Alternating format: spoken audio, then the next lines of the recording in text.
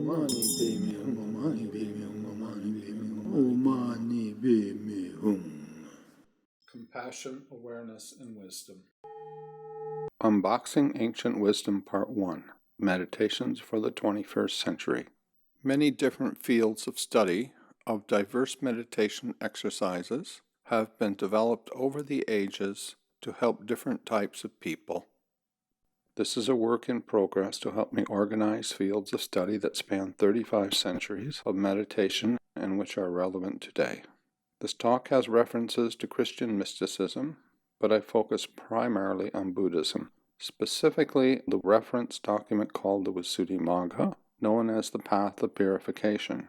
Written 16 centuries ago, the Visuddhimagga is the foundation of meditation exercises for every Buddhist lineage.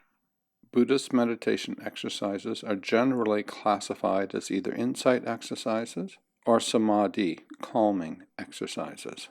But the two categories are actually interactive.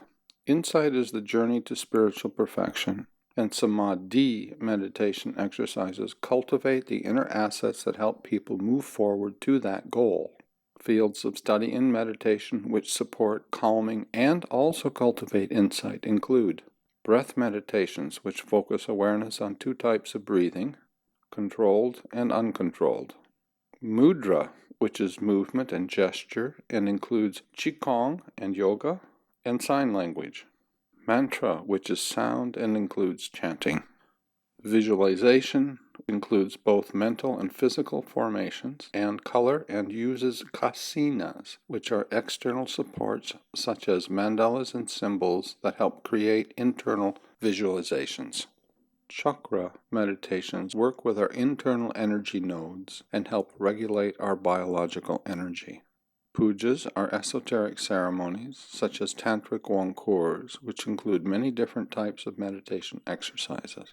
A Catholic Mass is a form of puja. Study is not a standalone category in the traditional groups of meditation exercises, but I believe it should be included as such because study has been a gateway for some people to spiritual unfolding. It is also necessary for everyone to study the meditation exercises they are using to understand them properly. Study of modern subjects, such as anatomy and physiology, can also provide helpful insights into ancient meditations, such as the 32 parts of the body, and meditation on the elements, which are an ancient version of physiology. Within all those practices, I hope to briefly touch upon about 50 separate meditations. And also, I'm going to place them in some type of categorize them according to as being a medicine. And that if you have a certain personality type or a certain affliction, that you need to take the appropriate medicine to get a result. And in the early Buddhist tradition, the Theravada tradition, and I think everyone that I know that's into practice, the Bible of early Buddhist meditation practices is in a document called the Visuddhimagga, which means the path of purification. And in the main section, the main body of that manual, it lists 40 classic Buddhist meditations, and it is actually an attempt to list what type of ailment each one of those meditations can heal in a being, to give them the correct parami and strength to carry on with deeper work.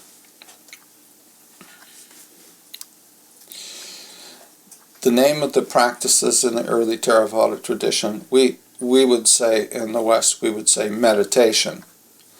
And meditation that's language changes. It is actually, if I'm not mistaken, a Jesuit word from the 1600s that was used for the reflection on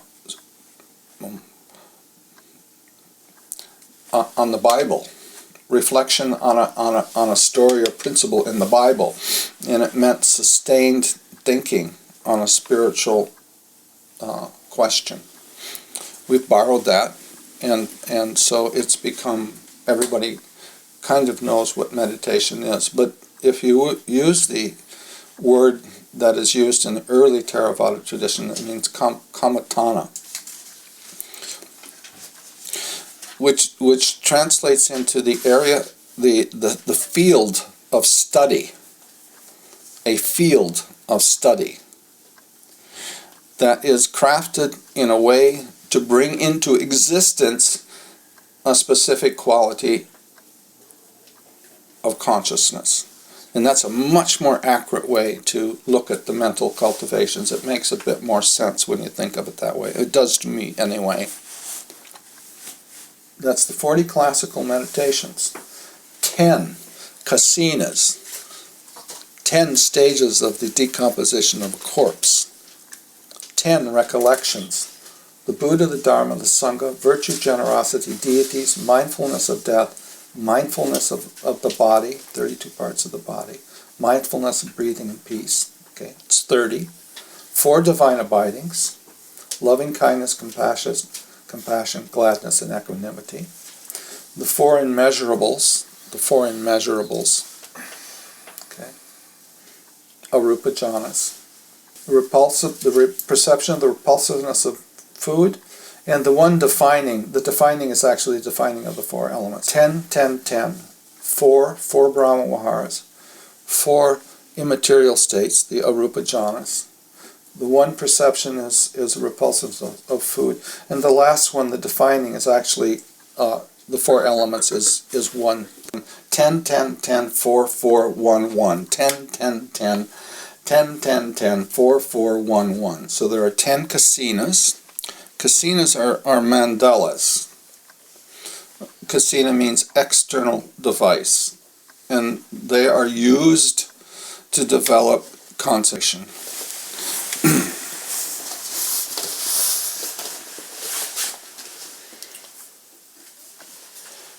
This is a kasina. This is a small kasina, a traveling kasina. Okay.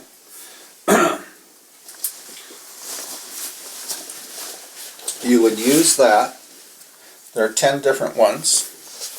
There are 4 colors: white, yellow, red, and blue. And then there's earth, water, fire, air, space, and light. Kasinas. Okay. Each one of them create a different type of ability in the being. Say the meditation on light is for recollections, it's for memory. It's for memory. If you want to go back into past lives, you work with light. If you want to go back in this life, you work with light. Okay. Called the 10 kinds of foulness. The 10 kinds of foulness. Now the kasina practices are they're what we call suba, S-U-B-A. Beautiful, beatific mind states, where the 10 foulnesses, which produce concentration, are asubha, unbeautiful. And they're done in 2 ways.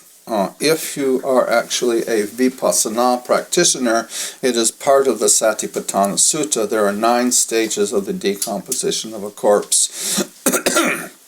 They are described in detail of what happens at each stage in the decomposition of a corpse, and they are visualized in the Satipatthana. It's an exercise in visualization, where you would imagine this rotting corpse, and you would imagine this happening to you, happening to your body, when what? When you left it, or it left you, or when you died. Okay. What happens to you when you die? And there is this rotting of the body, and it is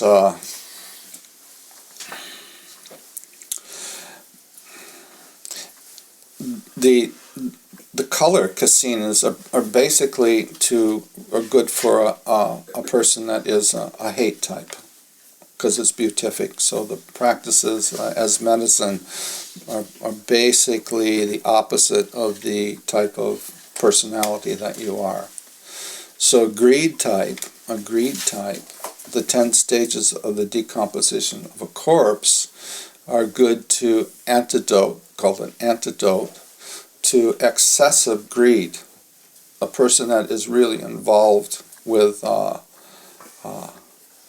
their teeth.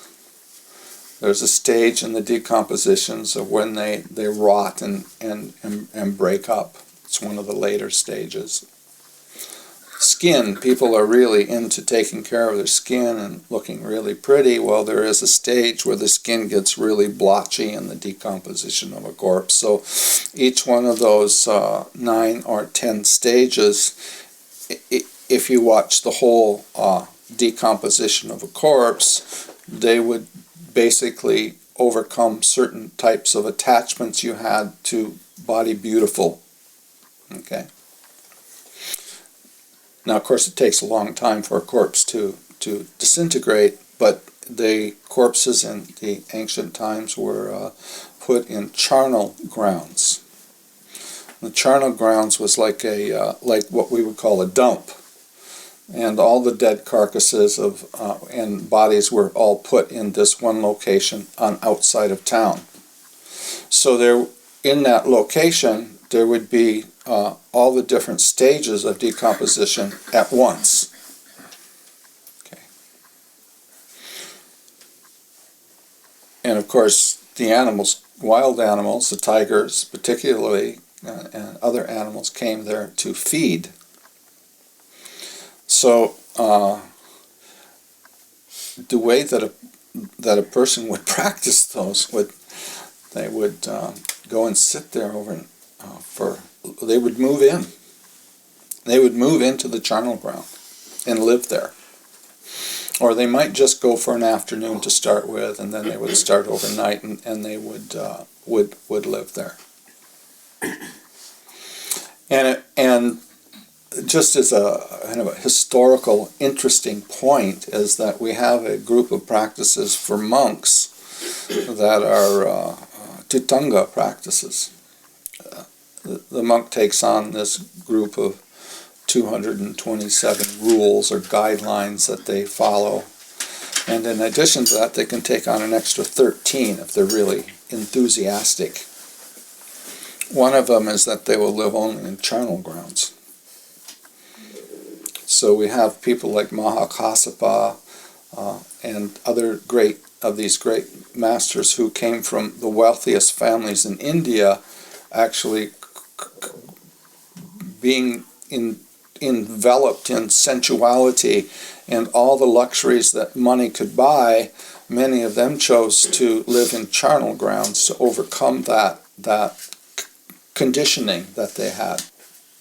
I did these practices on the visualization level and still do them frequently. Okay, and then there are the 10 recollections, the 4 divine abidings, those are the Brahma Viharas, the 4 immaterial states. Now, when we talk about concentration today, the language comes up called rupa jhanas, jhanas with form, and arupa jhanas. But in the earlier traditions, the rupa jhanas, the jhanas that have form like a color or a bliss in the body, are really separated from the immaterial states or the arupa jhanas.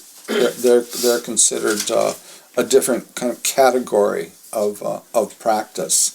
Now we've lumped it together as one long extension of practices, and just for me and to speak about concentration and which type of concentration and how deep a concentration you can achieve, aside from the healing aspect of jhana, of concentration, each one of these practices produces not each one of them produces a different level of jhana, but some of them are quite restricted in how deep a concentration you can get. That's also important to know. The more activity of mind, the less concentration that you can get. I mean, if you're reflecting upon the decomposition of a corpse, you're going to only get into the excess or first jhana. And just for your own benefit, when you hear about jhanas and you read about jhanas, it's always presented as though you enter into the first one first, and then after some time you start to see there are a bit of flaws in it, and you move into the second jhana. It has different characteristics than the first jhana. You're deeper in. There's less need to keep it balanced, but still you have to work with it. Then the third jhana, and then the fourth jhana you entered into, and it's very stable. So the first jhana has a lot to do with body movements and bliss. The second one, it's more steady radiance and soft, and in some ways the most pleasant of all the jhanas. Third jhana, you're getting more toward this losing of the warmth in the body. It is refreshing not to have stuff coming and moving through like a river. It gets more steady, and equanimity then is more cool, and all your senses, you're down in your body, all your senses are fully functional.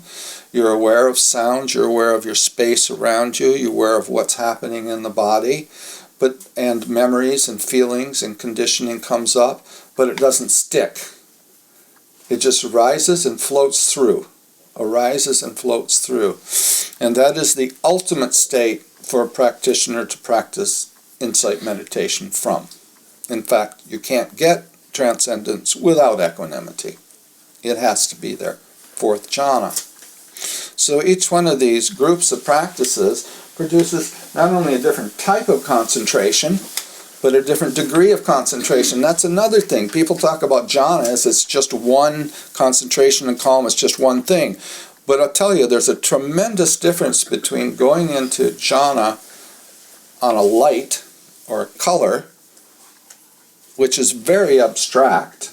It really is quite away from the physical body, or going into jhana on metta, which is very, very much a body, a feeling experience.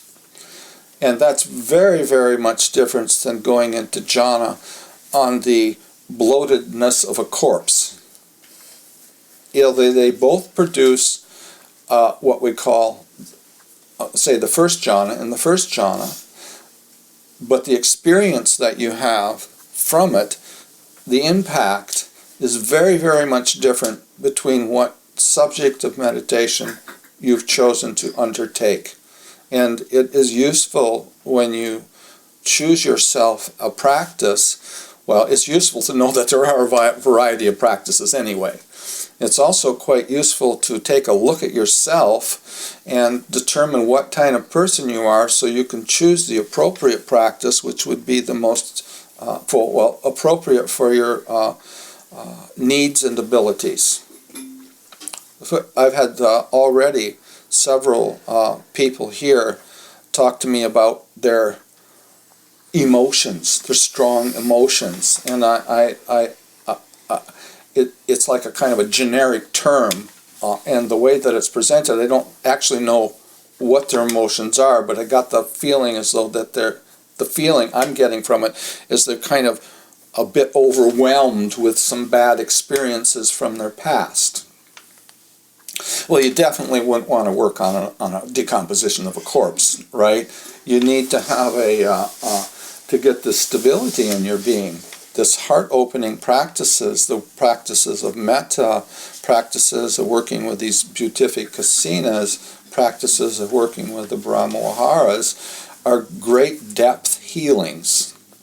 And no matter how inadequate the early and late traditions of Buddhism are as far as dealing with trauma and negative conditioning, which is almost non-existent in a formal language, they do actually have these practices available that they use to heal the being of this karma of negativity and trauma.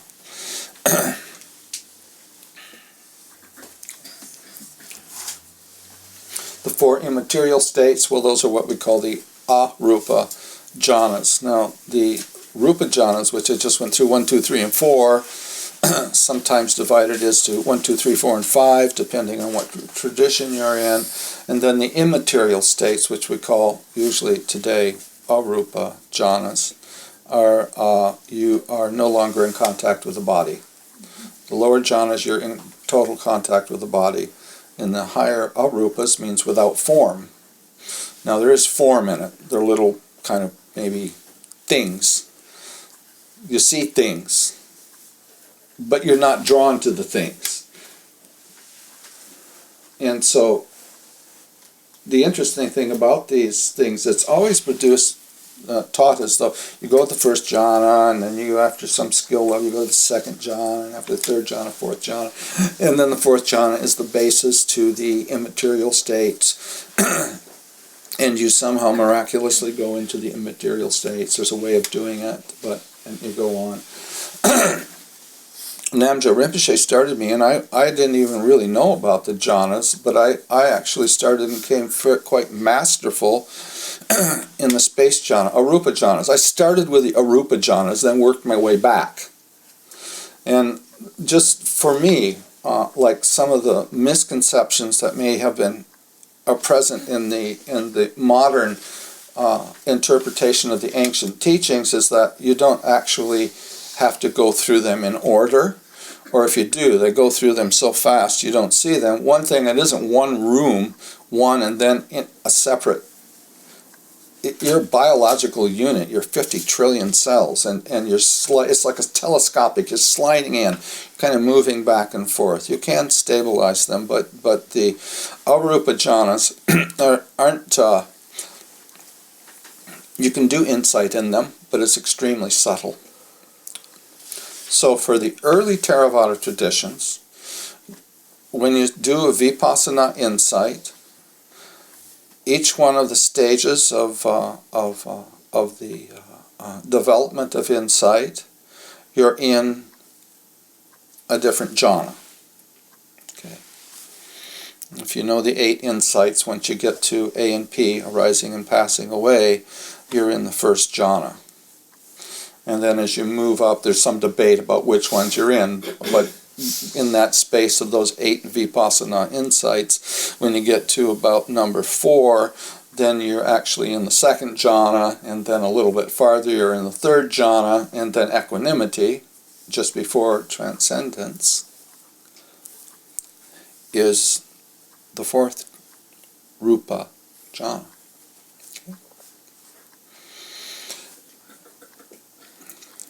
In the tantric tradition of Mahamudra, when we do these deity practices and we build up this elaborate visualization which is supposed to produce and does produce the arupa jhana. That's what they're for. You got all these mandalas in your heart. The kasinas are in your heart. You're learning to visualize color. You're going to learn to radiate out and expand and contract the consciousness, and that series of symbols and colors and mantras and working with counting gives a person a real quick grasp of calming, and you enter into a jhana.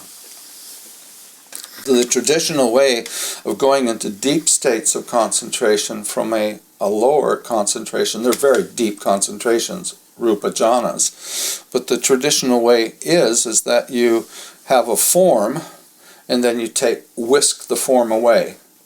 You usually do it in sections. It's hard to explain, but you can get good. You have quite extraordinary powers in jhana. If your mind is flexible, you get it flexible by expanding and contracting it and doing kind of gymnastics with it. But so, and this is an interesting point. So really the best way to do vipassana, the ultimate way to do it, and is in it will have to be in a state of equanimity, the fourth rupa jhana. Very clear, not much emotions happening in the body, none of this energy, blissful stuff. It's more spacious, more quality to it. All in the body, right present, where the arupa jhanas, like the space jhana, consciousness, nothingness, and neither perception or non-perception. Mahamudra is practiced in arupa jhana, space jhana.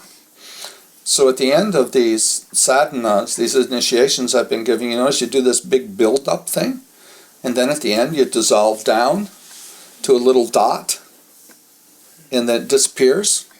That's how you enter arupa jhana, and that's what is supposed to happen when you do that sadhana, when it's developed, and that is the time when you practice Mahamudra. So the sadhanas are a two-part practice, working with the development of jhana, and not only working with attaining jhana, but teaching you what to do with it once you have it. And that is radiate these wholesome states of mind out for healing everybody in the universe. And then at the end, dissolving it all down to a little dot, and then the dot goes boop, and you're sitting in this clear space, and everybody gets a bit of that. I mean, you can see what that does. There's a great difference between the activity and complexity of the sadhana, the visualizations, as there are in the kasina practices or other practices. There's work to be done, there's activity, and then there's this dissolving, and you enter into arupa jhana, and Mahamudra is traditionally practiced in the space. That's why they talk about spaciousness. Spaciousness. It is actually referring to a jhana. So all the kasinas are basically for all temperaments. They work for everyone. I'll just go through quickly the 10 kinds of foulness meditations. It's for excess greed, narcissism, attachment, delusion, compulsions, intoxications of the senses and craving. The first stage of the decomposition of the corpse is the most difficult and rarest of all meditations to do. It's called the bloated stage. It only lasts for about 12 hours.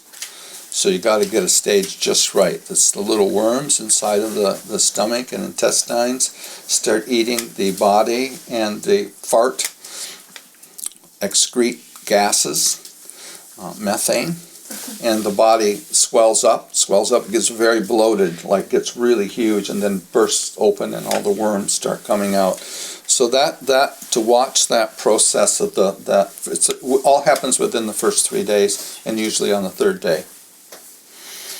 It's antidotes the greed of body structure. Livid is when it starts to do all these patchy colors. That's for antidote to a greed of the body. And festering, it really starts to reek, and that is for people that are infatuated with perfumes. And it goes on. But you get the idea that each stage actually is an antidote to a specific type of attachment. I think in our cultures we're so inundated with advertising and that there is a kind of a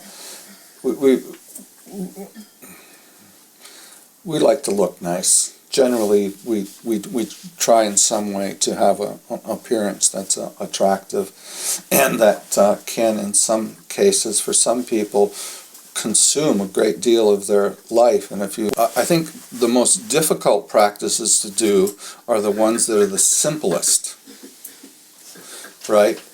To study and learn all your 210 or 17 bones in the body, and then put your awareness in each one of them, you don't really lose interest in that. There's something very fascinating about putting your awareness and learning all your teeth and the shape of the hairs and different like textures in the skin and the digestive tract and all the muscles in the body. It's a long practice. It takes at least a full year to learn that practice well, to learn all the muscles and groups in the body and the ligaments and the different bones, and it's an involved study. So the idea would be, in that type of practice, there's a tremendous emphasis on intellect. There's a huge emphasis on intellect, which we could look at modern. I don't like to do this, but we'll call that. It's one side or other of the brain. We'll call it the left side of the brain work. Where the work, say, with kasinas is more right side of the brain work. Jhana is more right side of the brain work. So there is within these first 40 group, there are a few practices like nutriment, 32 parts of the body, occupied with the body, the analysis of the elements, which really require a very keen intellect, and the practices that have to do with the absorptions of the deeper absorptions, like with, say, color, for example, you're basically not paying attention to a lot of detail and just sliding into these euphoric blisses, states, and spaciousness. The intellect is not functioning. If it was, you wouldn't go in very deep. So then you have the opposite way of working with a person, and I think for me, and in our environment, that developed left brain development then can be used to some advantage on our spiritual path by doing study and then applying that information to your practice, say if it is the 32 parts of the body practice. The defining of the elements is also very, very interesting practice, and it has been in the past, has been my major practice that I practice, and it is, again, an essential, can't say essential anymore, absolutely essential, but in my lineage, Mahasi lineage, it's essential for insight. You don't get insight unless you're in a very high state of concentration, but also the working with the elements is a way of working in a very detailed way. It's physiology. And when they talk about elements, they talk earth, water, fire, air. They're not talking about ordinary earth, water, fire, air. They're talking about the qualities of earth is more like this quality of extension, but it's experienced in the body. As a heaviness or a roughness, right? There's like if you be aware of your feet on the ground and just that weight, there's a feeling of heaviness, and that would be called awareness of the earth element. If you're aware of the saliva in your mouth or the lubrication in your eyes, if you close your eyes, you can feel that liquid quality there. That is water element. If you work with the air elements, that is like if you breathe, there's a pushing of the lungs. There's a quality of pushing of the lungs, and it's called pushing or pushing. That's air element. Movement. It's movement. Air element is movement. Fire is heat or coolness in the body. So the way that those practices are developed, say you would start with usually earth, then water, then fire and air. Some traditions do it differently. And you would purposely go into the areas of the body that are hard and heavy and rough. Okay? You get a feel, and like the bones are predominant earth, teeth are predominant earth, but there is a certain feel in the body. There's a certain feeling that you can kind of pick out and separate it out and go into. And then what you would do is, once you got the feeling of the heaviness, say on your foot or on your butt when you're sitting, you would move into other areas of the body and try and feel all the areas in the body that have heaviness to them, to exclusion of everything else.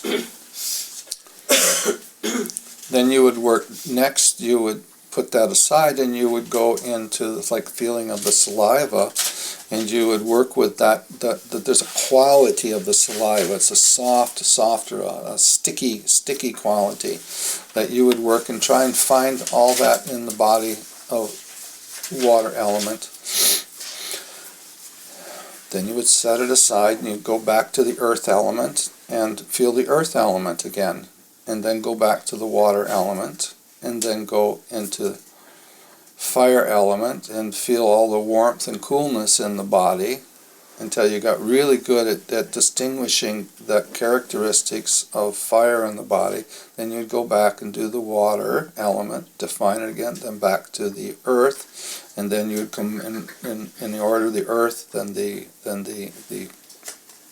water, then the fire, and last you would do the air element. And that has to do with vibration or movement, and you do that just by moving your arm. So it's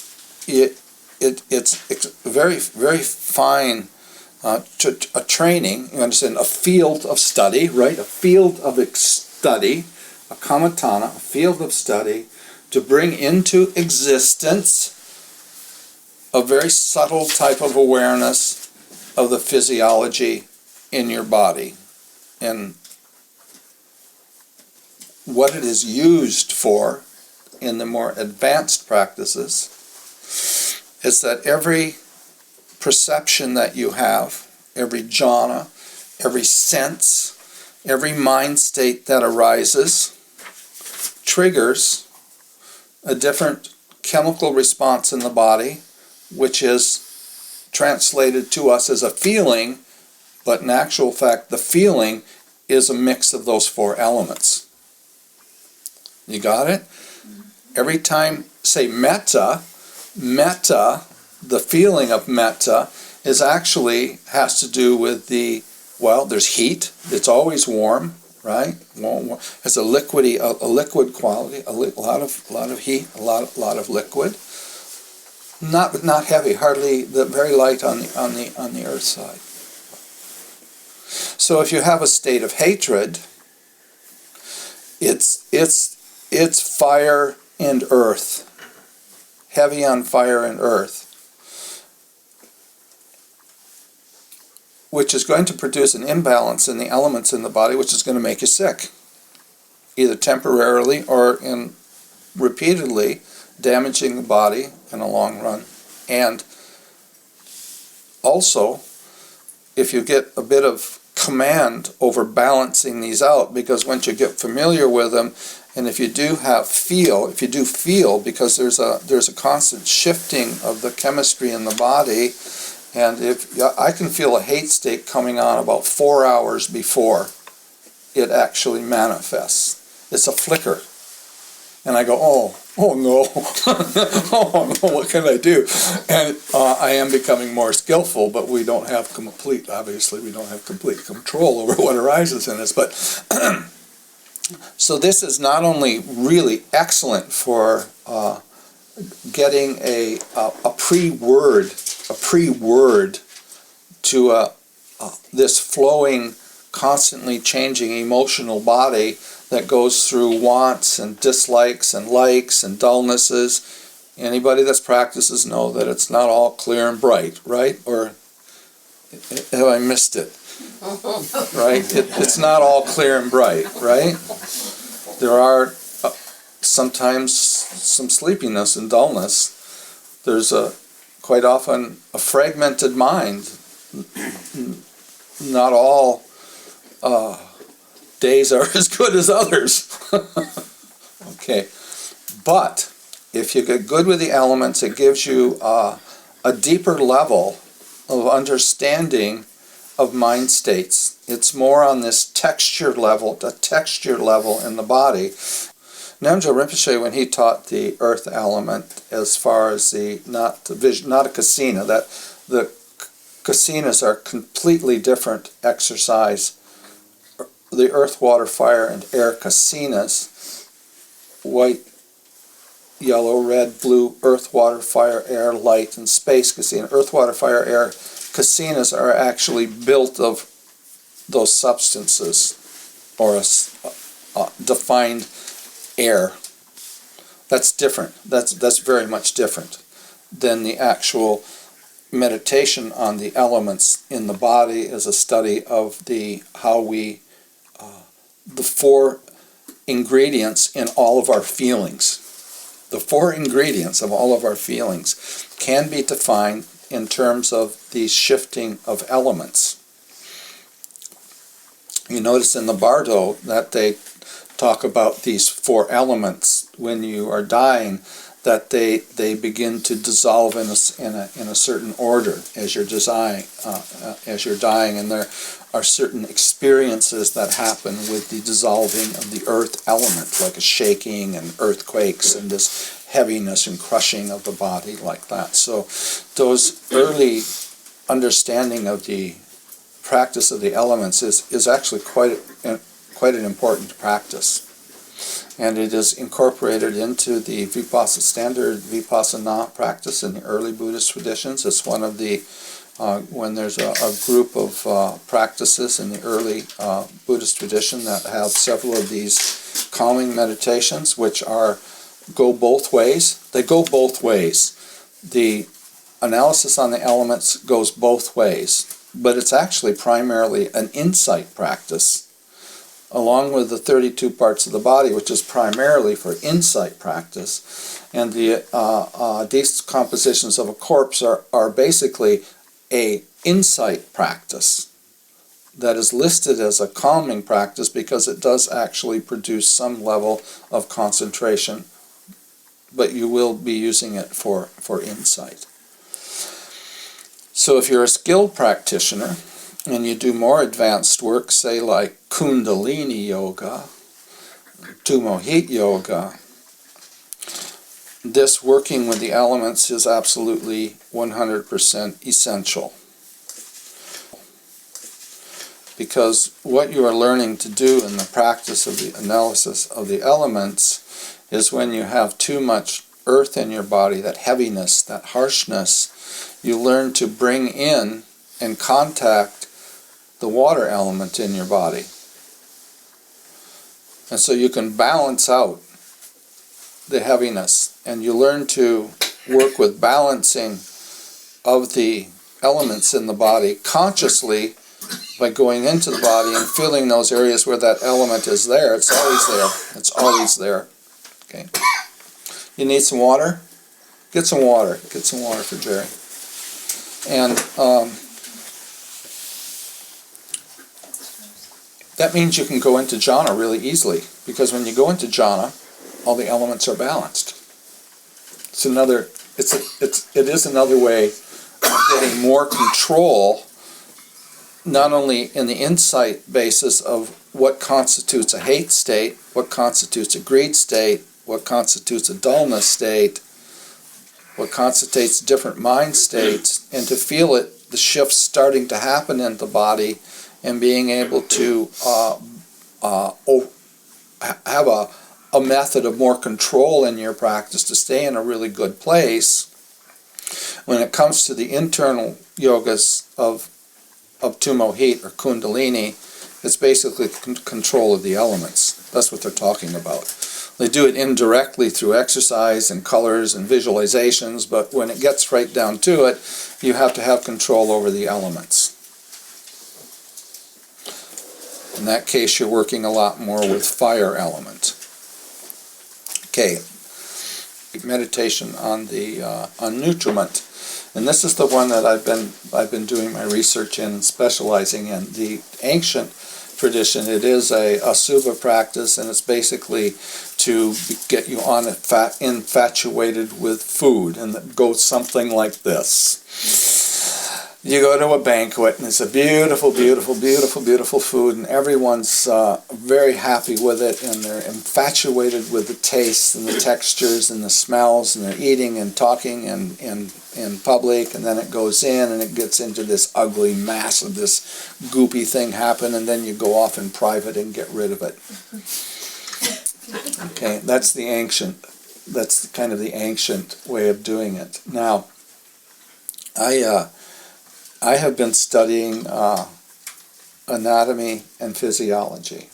I have been studying intake of nutriment and uptake of nutriment, and I have upgraded that practice a little bit. I'm not finished with it yet. It's a work in progress. So what I do with that practice on nutriment, which is the same as the old tradition, except now I'm actually kind of using modern biology and research to expand it a bit. I imagine chewing food, and I know that there's saliva present when you chew food. You can see it squirting in. And I also know now that you produce every day 1.5 liters of saliva. You notice it's there, you're swallowing it. So it's actually a really good antiseptic that keeps the mouth clean, and actually, in some ways, some of the things in the stomach also. The saliva is used to coat the food to make it slippery, so it goes down into the stomach with more ease and kill. And it's a bacteria. It's an antiseptic to help kill anything that's on the surface of the food that you've been eating. Also, in your mouth, there are certain enzymes that are excreted into your mouth. So I kind of visualize that happening. They actually don't do very much, the enzymes in the chewing of food. And then that food goes into the first stomach, which doesn't have any acid in it. It's shocking, isn't it, that you have no idea you've got a 2-chamber stomach. I don't think it's the exact division, but it is divided off. The first chamber, the upper part of the stomach, the acids or the enzymes that are actually in the food are still active. And then from there, and those enzymes are a small part of the digestive process. And what enzymes do is it's like this whole process of digestion of nutriment is like a factory that's a de-assembly line. It's like you've got a computer, and it's going down a line, and each person takes out a specific piece. The keyboard's taken out, certain parts are deassembled. So the digestive system and the enzymes are the workers that take apart the nutriment. Some enzymes unravel certain molecules and stretch them out. Other enzymes cut it up into pieces, different lengths, and then those pieces from the upper stomach go into the lower stomach, and once it hits the lower stomach, any enzymes, that's 20 minutes, 30 minutes. From there, the lower stomach, all the enzymes that were in the food are killed off completely. Well, it's never completely with biology, but we'll say for some complete. And then the body's enzymes that it has produced now survive in the acid, and there's a really intense deassembly of the molecules, stretching out, ordering them, taking them apart, breaking them down, making them more usable, and then they go into the small intestines where the acids are the top part of it. The intestines are it neutralizes from the acid is neutralized, squirted in from the pancreas. Okay, maybe a bit from the liver, the pancreas, and then so this is a visualization that I'm doing, and then it goes into the small intestines, and each tiny little section of the small intestines is a factory that has different enzymes and different workers that are actually, again, further deassembling it, but extracting out the pieces. Thousands of little stations where it's taking out the different vitamins, the different minerals, are all being done in like a factory thing, taking them out. The last station in the small intestines is for vitamin B12. Then it goes into the large intestines, which is basically extraction of liquids, and also the working with the a lot of the fiber in the body. The fiber can be transformed into carbohydrates in the large intestines. Beans are only digested in the large intestines. Both the fibers and undigestible material from the small intestines, when they are put into the large intestines and digested, byproduct is methane. So that's the gas. It's a natural process. It's not a sickness, it's a natural process. The more you eat of those products, the easier it is, the less gas you're going to get. So fiber is incredibly important for your maintaining of your gut flora. That's what it lives on. If you don't have a lot of it, they are reduced and you have trouble with your digestion.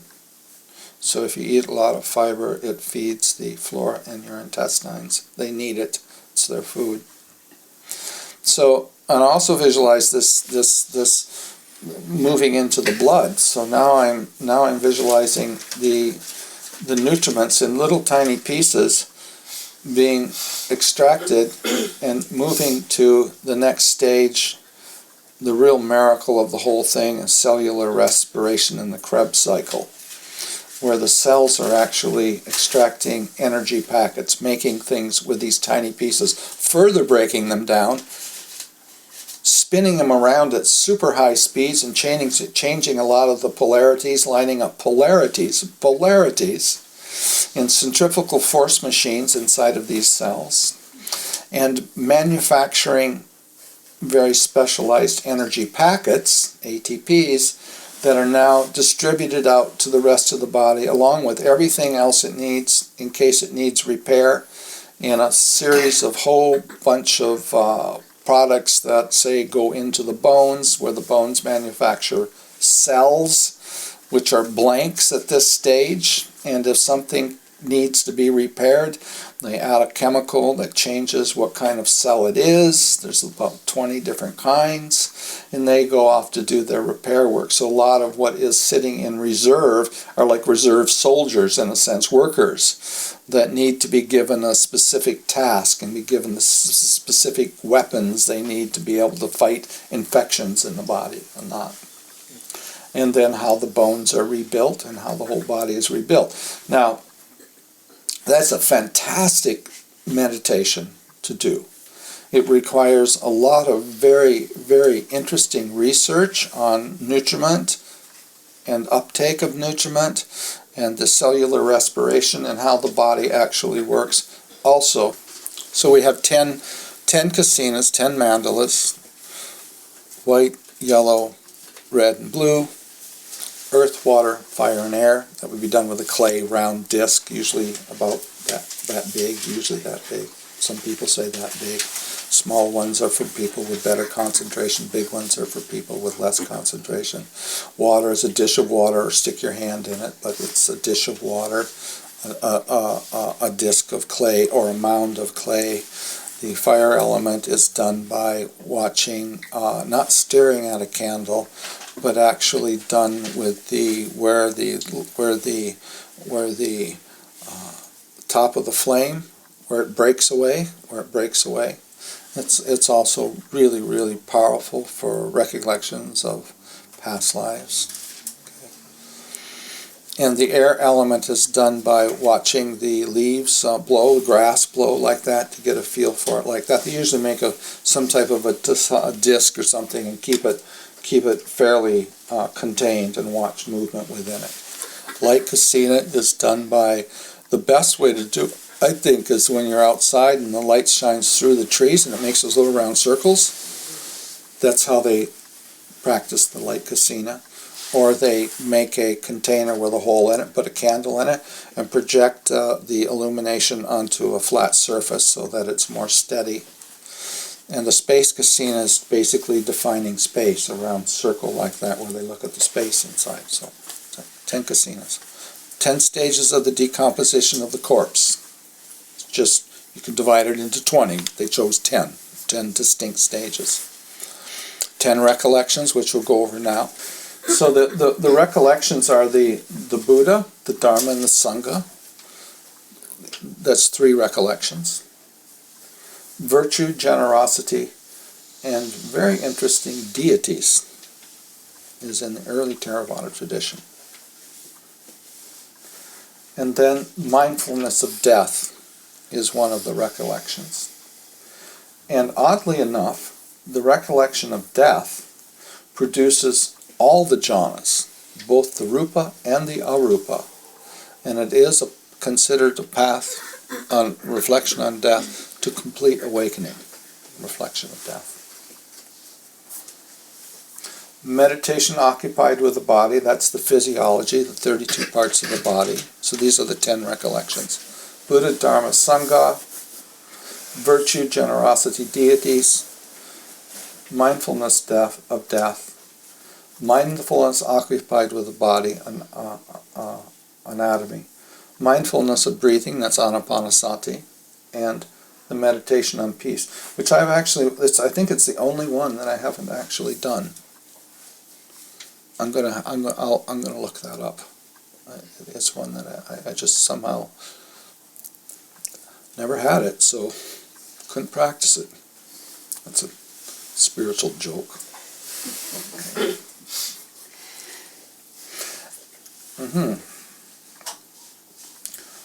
So there you have it. That's the 40 classical meditations. 10 kasinas.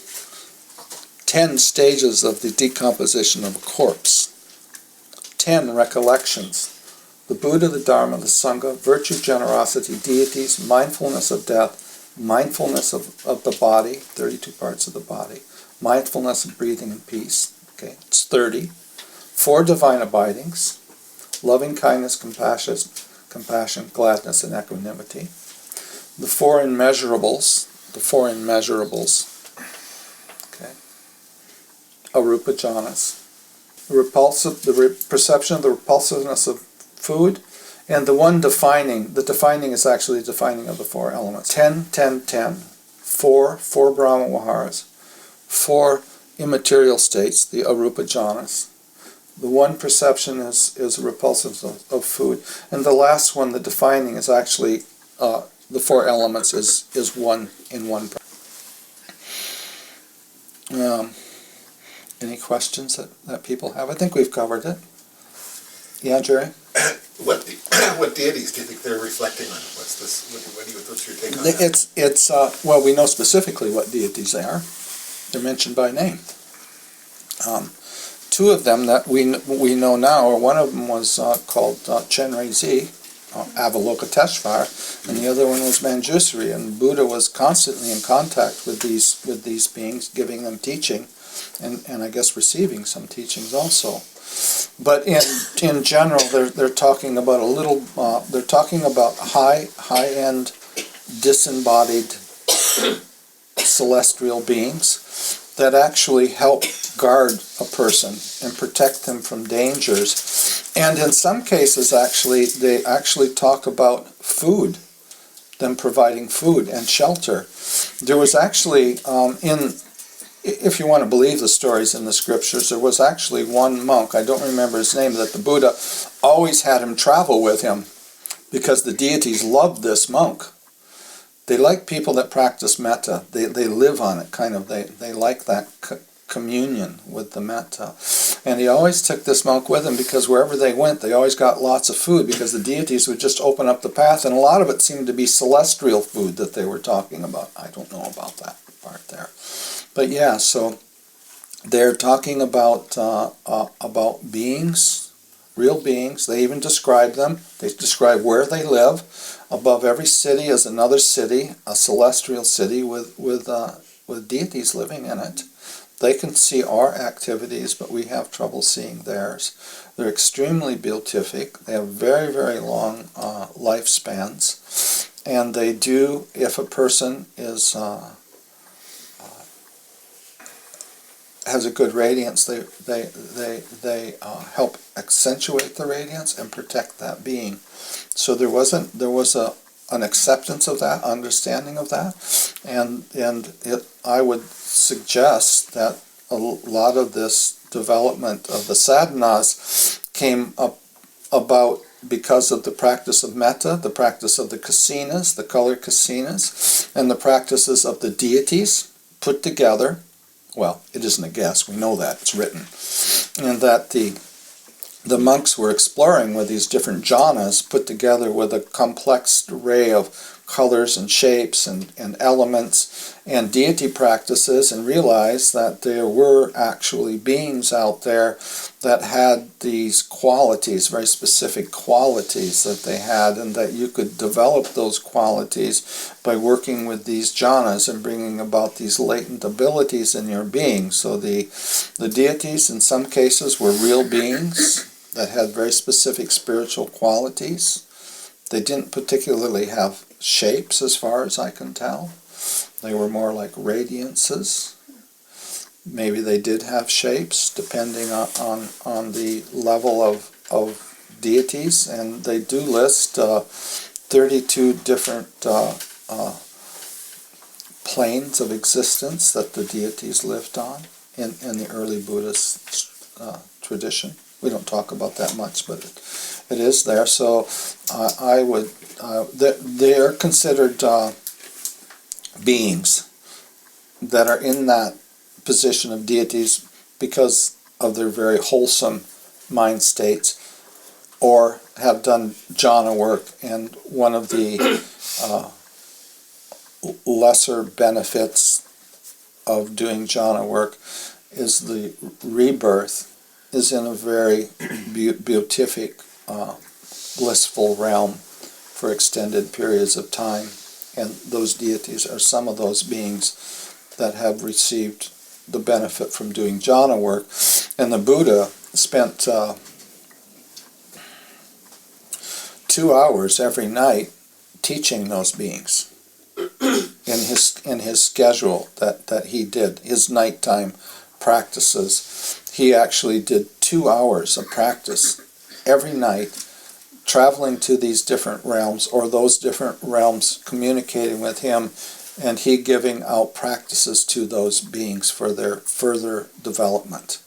So it was an important part of the early Buddhist tradition. He also said that it was not everyone that could see these beings, but at least you should be respectful to their presence and understand that they are there. And in cases where a person is practicing, especially metta, they're drawn to that vibe, and they can actually create a certain degree of protection for that being. And you should know, you really should really begin to understand that an awakened being is not finished. They're starting. Okay? It gives you the capacity to explore in a more efficient way. You're not going to be finished with your unresolved emotional problems. You're going to have days when you're dull and things aren't going right. They're just not going to last very long, and you're going to understand that they are impermanent, but they're not going to just not happen. I would say that that is a much more accurate criteria of awakening. To be free from greed, hatred, and dullness, to be in a high energy, clear state almost all the time, is a much, much better criteria than something that's not present, like a blackout. I would just suggest that you maybe should think more in those terms, more of the fruit of an awakened experience than a single event, that we want to be in a state of perfection. We're working toward really free from greed, hatred, and ignorance is the real path. Free from greed, hatred, and ignorance. Free from these afflictions is the goal of all this wonderful material and elders' experiences. This path should be fun. It should be very, very interesting. And if it's not, I suggest that we continue to dialogue and explore and find teachings that you do find interesting, like studying of the physical anatomy is very engaging. This practice I'm working on now with digestion is really, really interesting. Other people's, it might be a different kind of practice. Okay? So it isn't an event. That is possible that happens. We'll say that something special happens that marks a change in the psyche. But you're not going to know that for sure. You're not going to know that for sure. You're always going to be questioning it. You're always going to say, well, am I there? I mean, oh, God. Yeah, I am.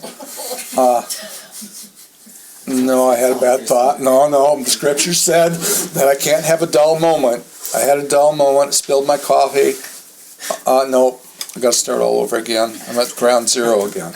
Right, you would do that. And there are many, many times on this path, if you're doing a lot of work, you will think that you're awakened when it's actually just a jhana. Constantly come up. More and more material will come up as you get clearer and clearer and more strong. The pain in your body, the unresolved traumas are going to come up presently in your mind, and it's really, really wonderful to go into these horrible states with complete confidence and understanding that they're very impermanent and that they're going to go away very quickly.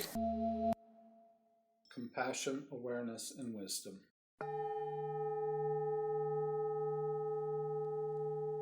Oh, mani be me, oh, mani be me, oh, mani be me, oh, mani be me,